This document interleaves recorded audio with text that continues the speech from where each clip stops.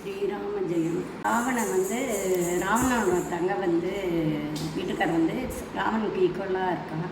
அதனால ராவணனோட தங்கை சூர்பனகை கணவரை ராவணனை கொண்டுடுறான்.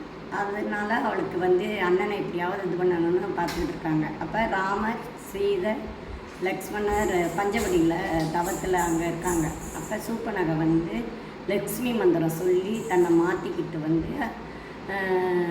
நான் உங்களை கல்யாணம் பண்ணிக்கிறேன் அப்படின்னு ராமர்கிட்ட சொல்கிறாங்க. நாங்கள் தபஸ் பண்ண வந்திருக்கோம், நீ போயிடு அப்படிங்கிறாங்க. லக்ஷ்மணர் கோவம் கொண்டு அவளோட மூக்கை நறுக்கிடுறாங்க.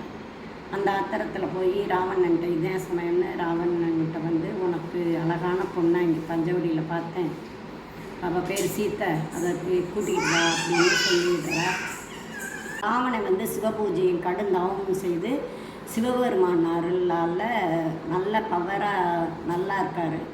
அவர் அதனால ஆணவம் அவர் இருக்கார். மாரிச்சனும் ஜடாயும் அவனோட ஆணவத்தினால மடிஞ்சு போயிடுறாங்க. தம்பி விபீஷ்ணனும் அண்ணா இந்த இதெல்லாம் சரியில்லை அப்படின்னு எவ்வளவோ எடுத்து உரைக்கிறாங்க. கேட்க மாட்டேங்கிறாரு ராவணன். உடனே போய் இவர் ராமலக்ஷ்மணோட சேர்ந்துடுறாரு.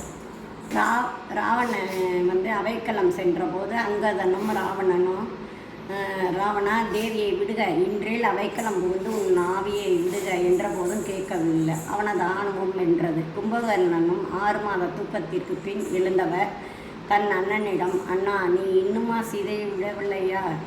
திட்டியின் விடம் அன்ன கற்பின் இது விதியின் வன்மையே என்ற போதும் கேட்கவில்லை. அவரது ஆணவம் வென்றது. மண்டோதரியும் சொல்லி பார்க்குறாங்க. யார் சொன்னாலும் அவர் கேட்க மாட்டேங்கிறார். கடைசியில் அவனோட ஆணவந்தே வென்றது. அப்புறம் ராமபிரானை தர்மத்தின் சுரூபம் எங்குன்னா அது ராமபிரான். அவர் வந்துடுறாரு. வந்தோடனே ராவணன் எப்படின்னா ஆணவத்தினால இது பண்ணதாங்க அதர்மம் ரொம்ப இதாகிடுச்சு. அப்போ ஸ்ரீராமர் வந்ததுனால தர்மம் அங்கே நிற்கிது.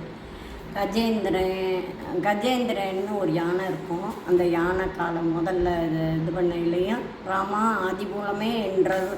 அப்பவும் அந்த ராமர் தான் காப்பாற்றுறாரு. நாராயணா அப்படின்னு கூப்பிட்றது.